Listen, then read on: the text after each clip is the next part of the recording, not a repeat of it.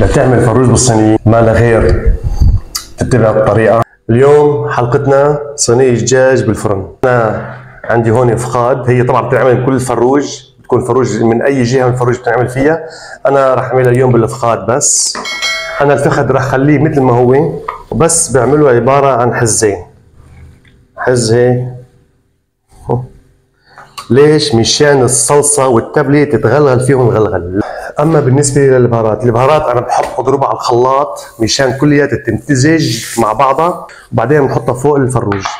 عندي نص ملعقه هال، ملعقه كبيره بابريكا، نص ملعقه فلفل اسود، ربع ملعقه قرفه، وعندي ملعقتين دبس فليفله حلوه او حره حسب الرغبه. بنزل معهم ملعقه خردل، كاسة زيت نباتي، كانوا نباتي او زيت زيتون ما بيأثر، كمان كاسة لبن عيران، ما ننسى الملح حسب الرغبة، برش الليمون،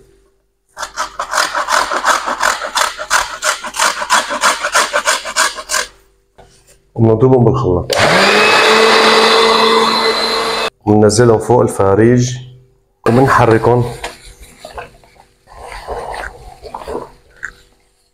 بنخليهم بالبراد، بنغطيهم طبعا ونحطهم بالبراد معكم من الساعة لتين النهار. كل ما طولت عليهم كل ما اخذت النكهة من البهارات مع الفروج تعطينا طعمة ونتيجة على الأول.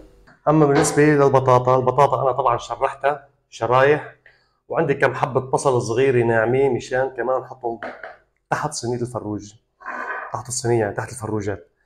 البهارات هني كالتالي، البهارات موجودين انتم عندكم على القناة. بالنسبة لبهارات البطاطا كاملة بدي 3 ملاعق، بحط بضيف له انا شوية هال زيادة، كاسة زيت، ملح حسب الرغبة، ملعقة بابريكا كبيرة، نحركهم مع بعضهم وبنحركهم. وهيك البطاطا صارت عندي جاهزة هلا على التطبيق.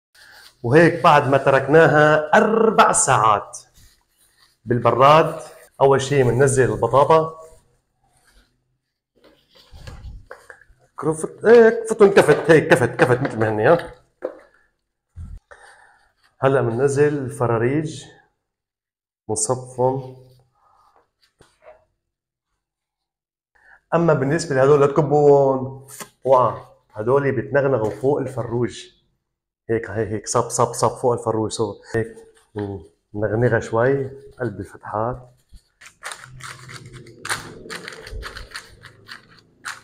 ورق زبده مشان ما يلزق الفروج بقص. وهلا بنخنقها خنق بالغصير، تضمنوا انه ما يطلع ابدا نهائيا بخار من براتها. هيك غلفناها مزبوط. هلا بنحطها بالفرن، بدها بحدود الساعة للساعة وثلث لتستوي معنا. بعد منا مكشفها مشان نحمرها من فوق. يلا خلص هو على التطليعة، ريحة بتغبب القلب. يا بسم الله.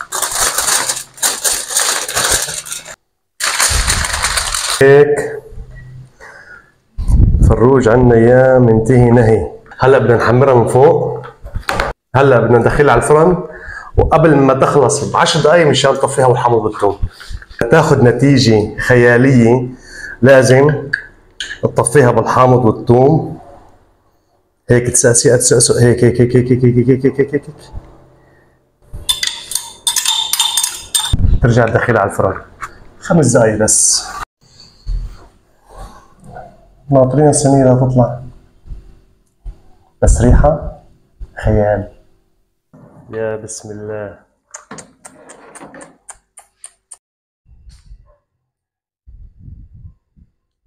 روايح على الأول. بطاطا أول شيء ما شاء الله لكوها مسقسقة ومنغنغة على الآخر منتهية. الفروج بدك تعرف الفروج مستوي ولا لا من هالحركة الخرنضعية هاي، بتشيله تمسك العظمة وبتفتلها ما شاء الله منتهية منتهية.